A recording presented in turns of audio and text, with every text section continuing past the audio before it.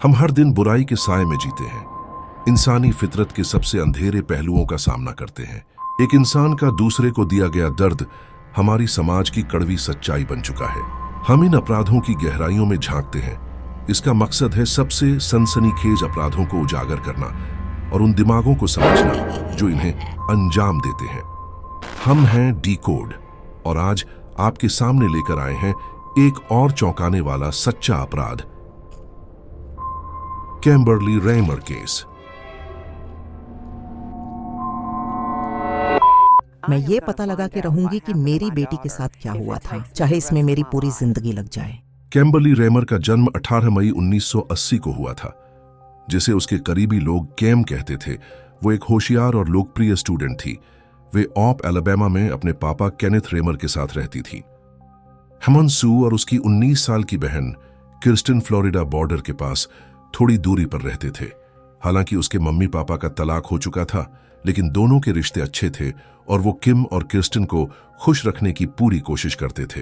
Cam को लड़कियों की सॉफ्टबॉल टीम में खेलना बहुत पसंद था और वे अपने हाई स्कूल के सीनियर ईयर का बेसब्री से इंतजार कर रही थी।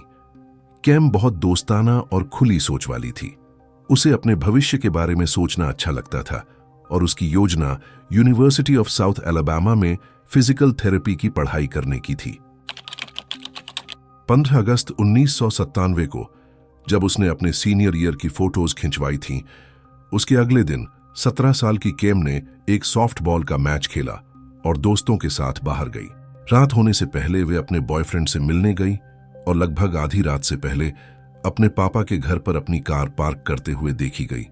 उस रात उसके पापा घर पर नहीं थे, तो घर में वे अकेली थी। उसकी प्लानिंग थी अगले दिन सुबह जल्दी उठकर स्कूल जाकर आने वाले साल के लिए पार्किंग स्पेस असाइनमेंट लेने की। जब केनेथ शनिवार सुबह जल्दी घर लौटे तो घर खाली था। उन्हें ज्यादा चिंता नहीं हुई क्योंकि किम अक्सर वीकेंड्स पर अपनी मम्मी के साथ शॉपिंग के लिए जाती थी।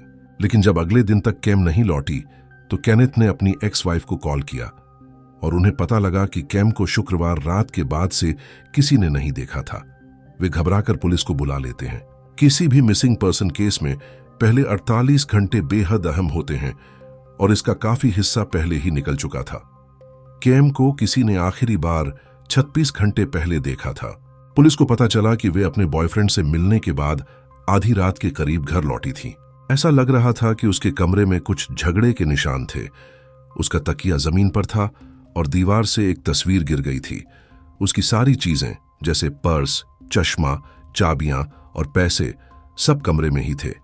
ऐसा लग रहा था कि वे बिना जूते पहने ही गई थीं, जो काफी अजीब था। इसके साथ जबरदस्ती एंट्री के निशान भी थे, जिससे पुलिस को लगा कि कैम को आधी रात के बाद लेकिन सुबह 6 बजे से पहले उसके कमरे से किडनैप किया गया होगा। उसके दोस्तों ने बताया कि कैम अपनी लाइफ से बहुत खुश थी। वे भागने वाली टाइप की लड़की नहीं थी। वे अपने परिवार के बहुत करीब थी और उसकी कोई पर्सनल प्रॉब्लम्स भी नहीं थी।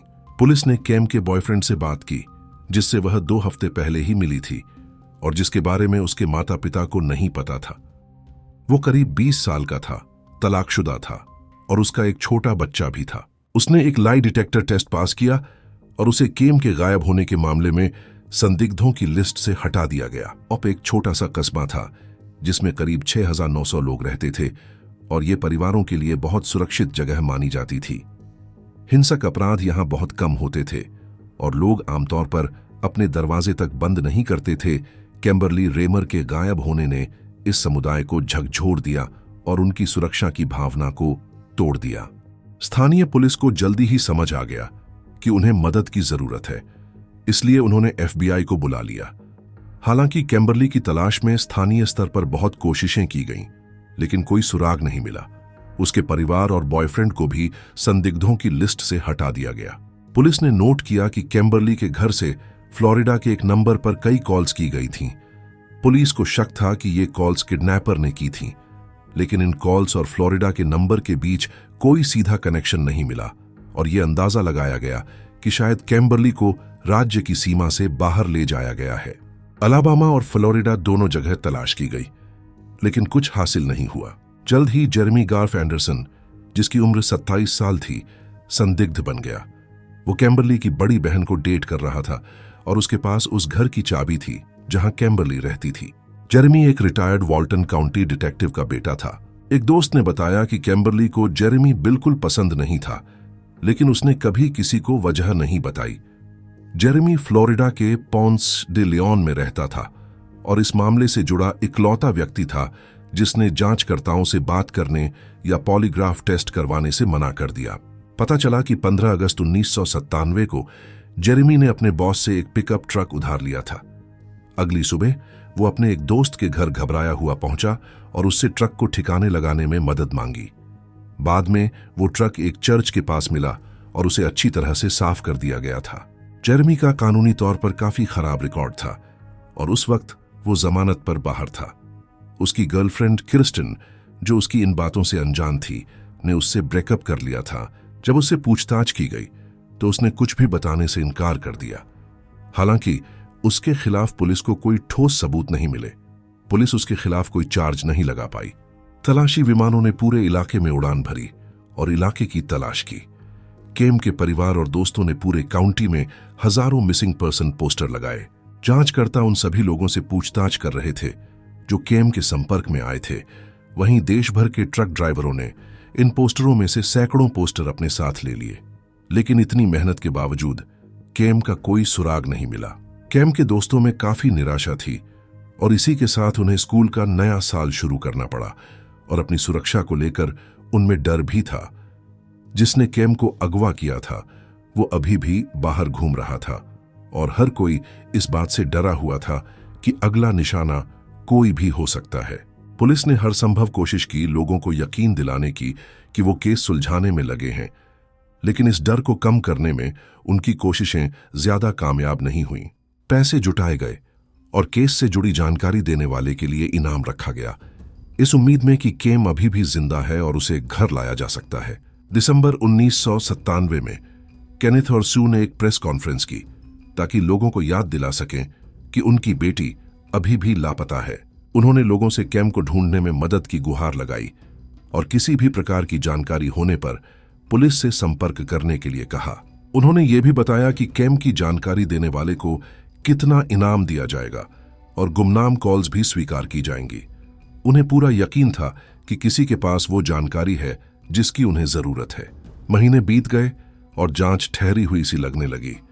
पुलिस को जो भी सुराग मिला उन्होंने उसका पीछा किया, लेकिन उस रात केम के साथ क्या हुआ इस पर कोई ठोस थ्योरी नहीं बन पाई। 18 मई 1998 को, जिस दिन केम अपना 18वां जन्मदिन मना रही होती, FBI ने फ्लोरिडा में एक तालाब की जांच शुरू की। उन्हें जानकारी मिली थी कि केम का शव इस तालाब में डाला गया था। हालांकि पानी का डिपो बंद था और वहां नो ट्रेसपासिंग के साइन लगे थे, लेकिन सच्चाई ये थी कि जब केम गायब हुई तब गेट बंद नहीं था। वहां मिले कई बियर की बोतलें ये दिखाती थीं कि ये जगह अक्सर पार्टी के लिए इस्तेमाल होती थी। ये जगह अलाबामा स्टेट लाइन से करीब 16 किलोमीटर और केम के घर ऑफ से 50 किलोमीटर दूर थी।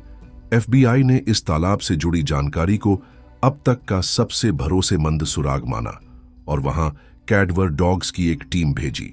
FBI को जब ऐसा लगा कि उन्हें इंसानी शरीर के अवशेषों की गंध मिली है तो उन्होंने एक गोताखोरी टीम को पानी के अंदर जांच करने के लिए भेजा, लेकिन वे तालाब टैनिक था और पानी इतना गहरा और गंदला था कि गोताखोरों को कुछ भी देखना नामुमकिन हो गया।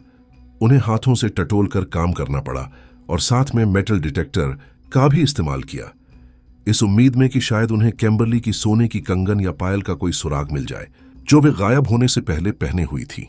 जब ये कोशिश असफल रही तो उन्होंने पानी के अंदर रोशनी डालने के लिए उपकरणों का सहारा लिया और 3 दिन तक 9 मीटर गहरे पानी में खोजबीन की, लेकिन ऐसा कुछ भी नहीं मिला जो ये साबित करे कि वे बच्ची कभी वहां थी। सालों तक FBI और लोकल पुलिस ने कैम्बरली को ढूंढने के लिए जमीन और पानी में सैकड़ों बार सर्च ऑपरेशन चलाए। उसकी मां ने कभी हार नहीं मानी। वे हर वीकेंड जंगलों और सुनसान जगहों में अपनी बेटी को ढूंढती रहीं। हालांकि लगातार कुछ न कुछ टिप्स मिलती रहीं, लेकिन पुलिस कैम्बरली को खोजने के करीब नहीं पहुंच पाई। जुलाई 2006 में खोज का रुख फ्लोरिडा के पॉन्से दे लियोन इलाके में एक सिंकहोल की तरफ मुड़ा। FBI को एक गुमनाम टिप मिली थी जिसमें कहा गया था कि कैम्बरली उस पानी में गिर गई थी। ये सिंकहोल 16 मीटर गहरा और 91 मीटर चौड़ा था। इस नई जानकारी की जांच के लिए FBI ने 10 गोताखोरों की टीम भेजी।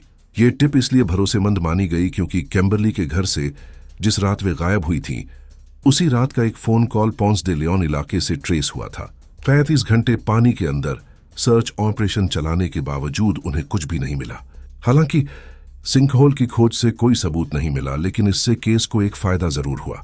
इस मामले की पब्लिसिटी से FBI को नई टिप्स मिलने लगी।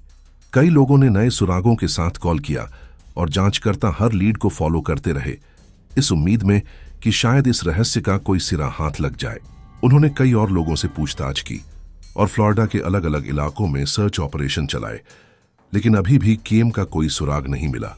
2015 में पुलिस को एक डिटेल्ड टिप मिली जिसमें कहा गया कि कैम्बरली का शव कॉफी काउंटी में एक पुराने और छोड़े हुए घर के पास डंप किया गया था। एक सर्च टीम को उस टिप की जांच के लिए भेजा गया। वे घर पूरी तरह से खंडहर बन चुका था।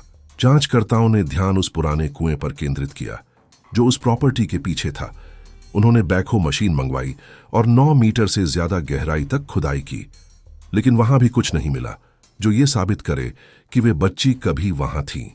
2019 में पुलिस ने कैम्बरली के केस पर एक नया फ्लायर बनाया और पूरे इलाके में बांटा, इस उम्मीद में कि लोग याद रखें कि केस अब भी एक्टिव है और शायद कोई नई जानकारी मिले। लेकिन इससे वो नतीजा नहीं निकला जिसकी उम्मीद की गई थी। स्थानीय पुलिस और FBI ने कैम्बरली की गुमशुदगी की जांच जारी रखी है। उन्होंने इन सालों में हजारों लोगों से पूछताछ की है, लेकिन केस सुलझाने के लिए जरूरी जानकारी अब भी नहीं मिल पाई है। कुछ संदिग्धों पर नजर है, लेकिन उनके नाम सार्वजनिक नहीं किए गए हैं और उनके खिलाफ चार्ज करने के लिए पर्याप्त सबूत नहीं है। FBI ने बार बार ये कहा है कि वो संभावित संदिग्धों के बारे में सार्वजनिक बयान नहीं देंगे। उनके प्रवक्ताओं ने यह भी कहा है कि उन्हें यकीन है कि अब भी कुछ लोग इलाके में रहते हैं जिन्हें पता है कैम्बरली के साथ क्या हुआ था और उन्हें उम्मीद है कि वे आगे आकर जानकारी देंगे। कैम्बरली के परिवार के लिए ये सालें उम्मीद और निराशा के बीच झूलती रही हैं। वे ये समझ नहीं पाते कि कोई इतनी प्यारी और मासूम लड़की को नुकसान क्यों पहुंचाना चाहेगा। कैम के पिता का कई साल पहले निधन हो गया। उनकी मां सू अब लगभग 70 साल की हैं। उन्होंने कहा है कि वो अपनी बेटी के बारे में हर दिन सोचती हैं। कैम्बरली अब 43 साल की होती, शायद अपनी फैमिली के साथ खुशहाल जिंदगी जी रही होती और कई उपलब्धियां हासिल कर चुकी होती। सू कहती हैं कि वो अपनी बेटी के बारे में हर दिन सोचती हैं। एक इंटरव्यू में सू ने कहा, अगर मैं आज उससे कुछ कह सकती तो मैं कहती कि मैं उससे बहुत प्यार करती हूं और काश ये सब कभी हुआ ही ना होता। आपकी इस स्टोरी के बारे में क्या राय है? हमें कमेंट सेक्शन में जरूर बताइए और डिकोड को सब्सक्राइब करें।